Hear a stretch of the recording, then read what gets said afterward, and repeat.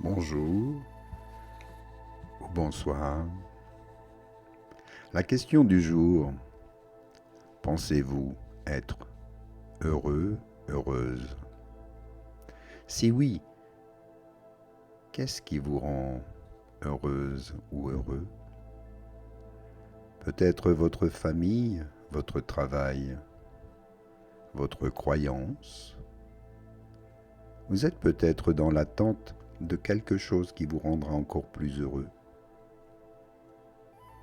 Beaucoup de personnes éprouvent un certain bonheur quand elles atteignent un objectif ou obtiennent ce dont elles avaient envie.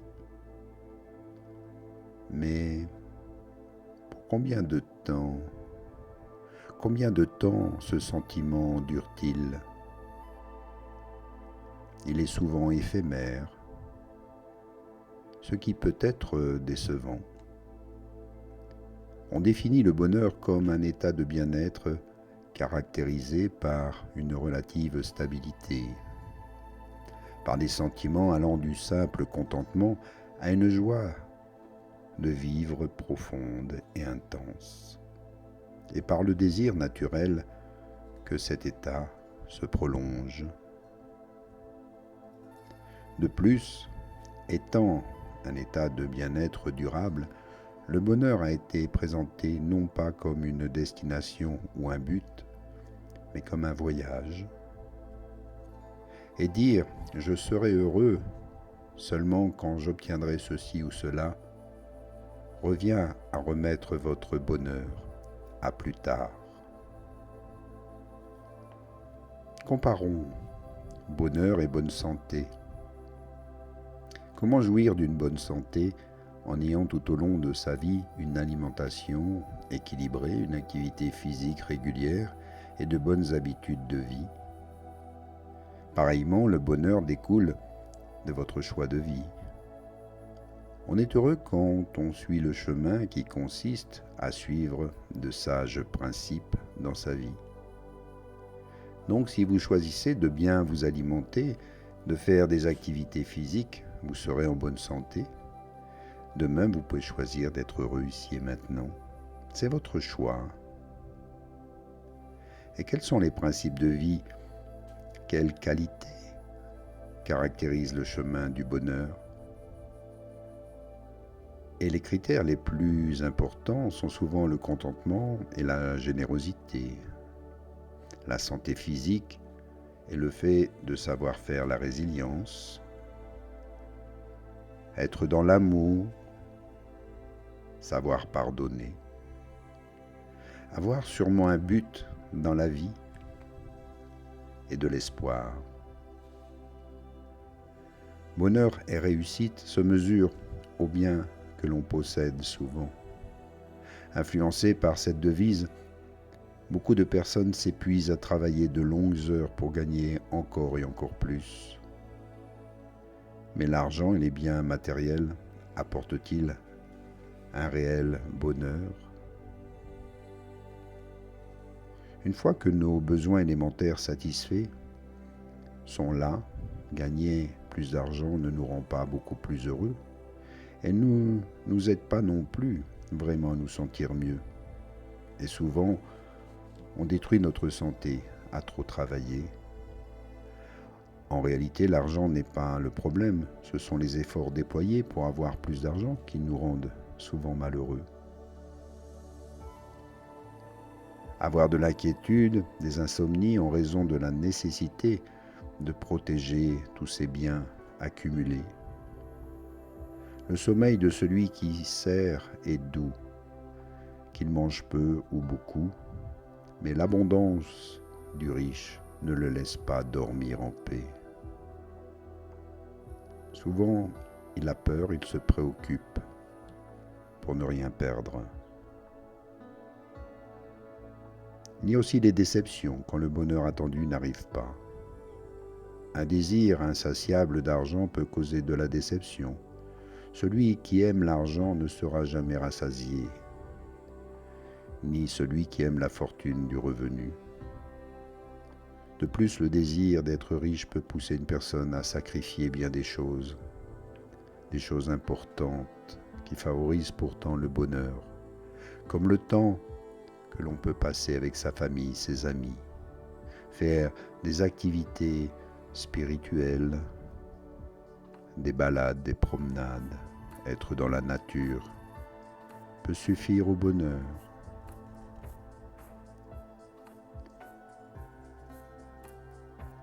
Avoir aussi et savoir avoir du contentement, car nous n'avons rien à porter dans le monde et nous ne pouvons rien en emporter non plus. Si donc nous avons nourriture et vêtements, nous nous contenterons de ces choses. Ceux qui connaissent le contentement n'ont pas tendance à se plaindre ou à grogner. De plus, cette qualité les empêche d'être envieux, et comme leurs désirs ne sont pas au-dessus de leurs moyens, ils s'épargnent une inquiétude et un stress inutiles. La générosité, c'est aussi un moyen de donner et d'aimer donner plus que de recevoir. Les gens généreux sont heureux parce qu'ils aiment rendre les autres heureux, même s'ils ne peuvent donner qu'un peu ou un peu de leur temps, de leur énergie. Ils acquièrent souvent en abondance ce que l'argent ne peut pas acheter, tel que l'amour, le respect, de vrais amis qui vous entourent et font preuve aussi de générosité. La sagesse se reconnaît à ses œuvres. D'après ce principe, savoir se contenter de ce que l'on a, se montrer généreux, c'est assurément faire preuve de sagesse. Et soyez toujours modérés dans vos habitudes. Généralement, manger ou boire à l'excès est mauvais pour la santé. Alors considérez votre corps et votre vie comme des cadeaux précieux. Gardez toujours en vous des pensées positives. Un cœur calme donne de la vie au corps. Un cœur joyeux est un bon remède. Si vous êtes heureux, vous risquerez moins de tomber malade que les gens malheureux. Développez aussi la résilience. Nous n'aurons peut-être pas d'autre choix que de supporter une épreuve qui dure, mais nous pouvons choisir de quelle façon nous allons faire face à cette épreuve. Ne pas se laisser submerger par le découragement, qui ne fait qu'empirer les choses. Si tu te décourages le jour où tu es dans la détresse, tu vas perdre toutes tes forces. Après avoir peut-être senti du désespoir, tu peux t'adapter et chercher des moyens de surmonter la situation. Faire preuve de résilience. Commencer à voir d'autres possibilités, plutôt que de voir les obstacles. Nous avons tous besoin aussi d'amour. Aucun mariage, aucune famille, ni aucune amitié ne peut s'épanouir sans amour. Il est donc évident que l'amour est indispensable à l'équilibre et au bonheur d'un individu. L'amour dont nous voulons parler ici n'est pas l'amour romantique, qui lui aussi a son importance. Il s'agit plutôt d'une forme supérieure d'amour qui incite quelqu'un à se soucier du bien des autres et même à faire passer leurs intérêts avant le sien. C'est un amour qui est guidé par des principes divins, mais qui n'est pas pour autant dénué de chaleur et de sentiments. Considérez cette belle description de l'amour. L'amour est patient et bon. L'amour n'est pas jaloux, il ne se vante pas, ne se gonfle pas d'orgueil, ne fait rien d'inconvenant, ne cherche pas par ses propres intérêts, ne s'irrite pas, il ne garde pas en mémoire le mal subi, il n'est pas intéressé, il ne se réjouit pas de l'injustice, mais trouve de la joie dans la vérité. Il supporte tout, espère tout, endure tout. L'amour ne disparaît jamais. Un tel amour ne disparaît jamais, il n'aura pas de fin. D'ailleurs, il ne peut devenir que de plus en plus fort. Et comme il est patient, bon et disposé à pardonner, c'est un lien d'union parfait. C'est pourquoi les relations fondées sur un tel amour procurent un réel bonheur et un sentiment de sécurité, malgré même les défauts de chacun. Le pardon, apprendre à pardonner, car avant tout, rien ne sert de ressasser une offense et d'en perdre le sommeil. Une vie remplie de colère et de ressentiment ne favorise en effet ni le bonheur ni la santé. Laisser la colère ou l'amertume nous détériorer stupides. Ça nous amène à nous isoler et se sentir seuls.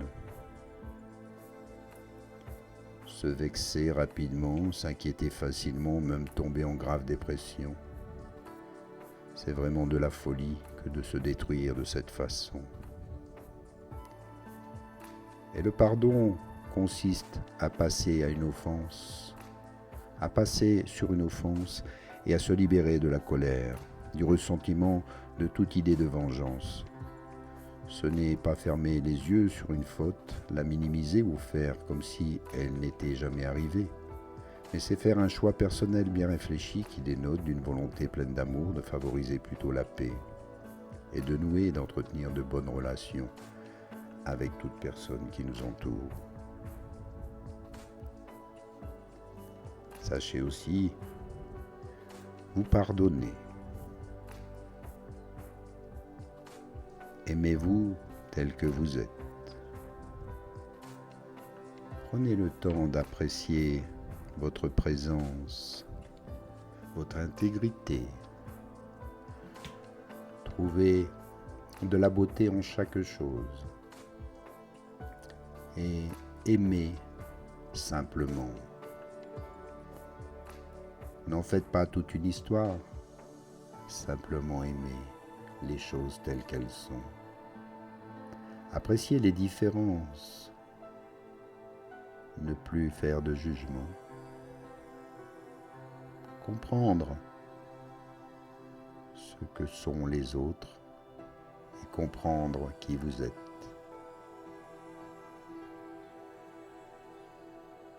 Prenez-en conscience ici et maintenant.